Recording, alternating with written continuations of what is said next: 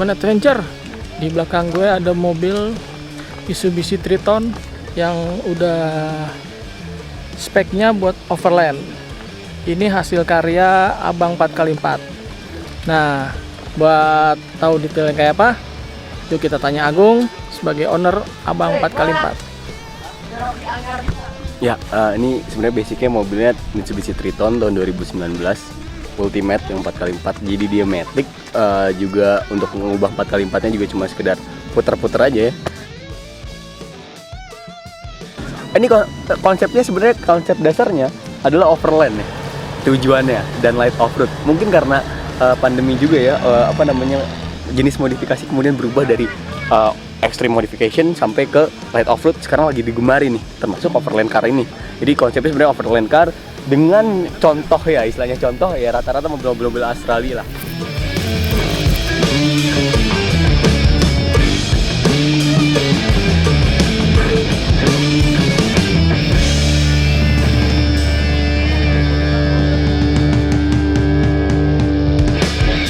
Terus kalau ditanya apa aja yang udah dirubah, yang pertama yang mungkin kelihatan dari awal ya bempernya ya. Kita bemper kita sediain untuk Triton ini pakai piak non loop, terus juga dibalut dengan steady 2 biji di depan. Untuk windsnya pakai 9,5 XP dengan wireless remote ya, untuk mempermudah sih, tujuannya itu doang sih sebenarnya. Dan 9,5 XP ya dengan motor winds yang udah teruji di berbagai event, saya pikir itu akan lebih, secara fungsi bakal lebih fungsional lah ketimbang winds lain untuk menarik bobot yang lebih berat.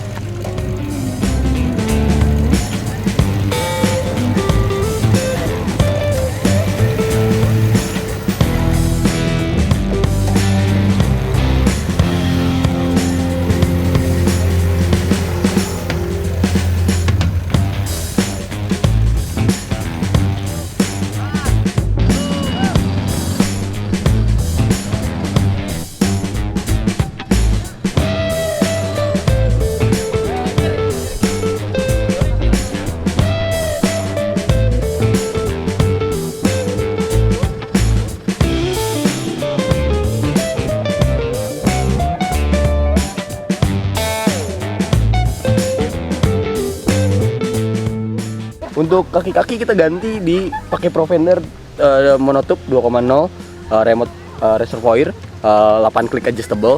Terus juga dipadu dengan untuk per depan kita pakai RAW 4x4 yang heavy duty. Kenapa pakai ganti per segala dengan heavy duty? Karena bobot ada bumper dan ada winch, sehingga bobotnya biar nggak kalah gitu, istilahnya biar pernya nggak mengalami fatigue metal atau kelemahan metal.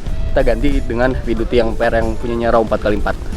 Untuk belakangnya juga sama, shock breakernya masih pakai Provender monotube 2.0 remote reservoir. Tapi untuk pernya masih pakai yang standar.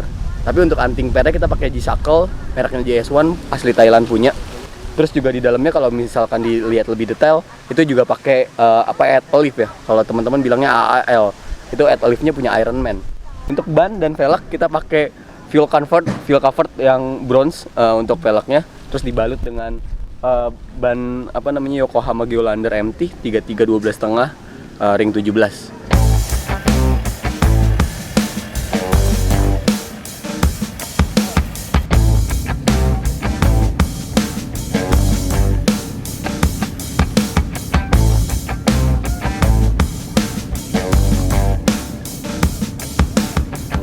Nah, di belakang ada custom bumper dari Abang Garrett Sport 4x4.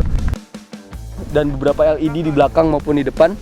Nah, LED dan lampu-lampu itu dikontrol melalui panel geng, disebutnya panel geng dengan merek Auxbeam.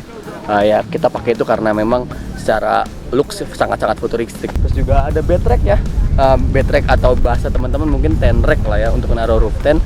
Itu juga custom dari Abang Garrett 4x4, termasuk flat roof rack. Kenapa kita buat flat roof rack? Karena tujuannya adalah agar si roof rack dan roof tent atau bed rack tidak bertabrakan nanti ketika dipasang. Untuk kanan kirinya kita tambahin aksesoris. Memang sebenarnya konsep mobil ini kita buat overland lah, ala overland Australia. Mungkin di kanannya ada long haul dan high lift jack ya, muatan 3 ton.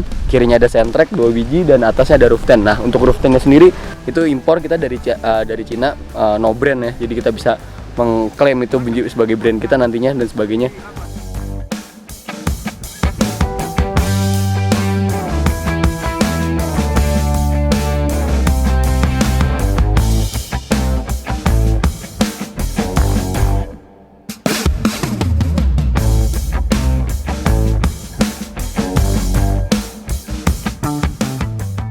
Oke, ini kita mau coba praktekin gimana sih cara buka roof tent-nya.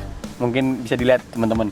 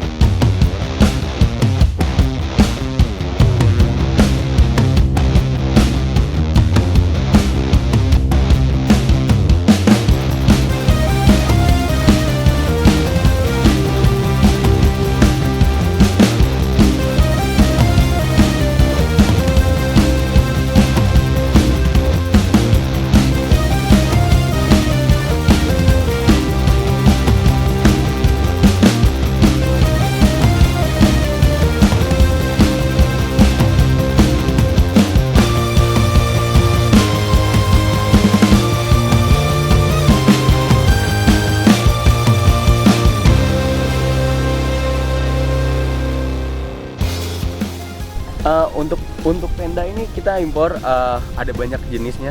Itu mulai dari manual, ada juga yang otomatis. Tapi untuk yang tenda yang terpasang ini kita tendanya muat sampai kapasitas 5 orang dewasa dan 1 orang anak-anak ya. Jadi nanti kalau dibuka lebar itu hampir 2,1 meter ketika dibuka, dan ketika ditutup itu bahannya mencapai 1,2 meter. Tapi permasalahannya adalah gini. Ini tenda disebutnya hard shell karena covernya udah keras lah. Nah, keuntungannya adalah ini tenda semua bahan hard shell-nya adalah aluminium. Jadi ketika mentok nggak akan pecah atau penyok. Jadi lebih aman lah sebenarnya untuk dipakai buat off-road juga. Dan dalamnya juga sama ya dengan bahan-bahan tenda lainnya, ripstop PU 3000, PU 2000 gitu. Itu hampir sama dengan tenda-tenda lainnya. Jadi saya pikir walaupun produksi Cina tapi tetap masih nggak kalah dengan produksi lainnya.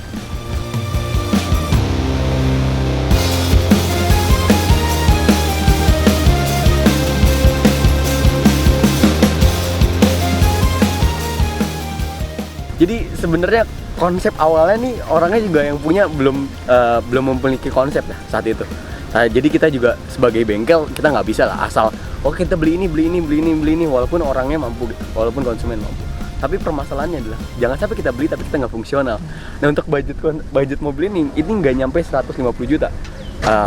Ya terutama di kaki-kaki lah yang agak lebih banyak ya untuk memodifikasinya. Jadi kalau ditanya budgetnya besar atau enggak, mobil ini cukup masuk akal untuk dipakai dan juga dikeluarkan uangnya untuk secara fungsional. Dibandingkan secara fungsional itu sangat oke lah secara overall.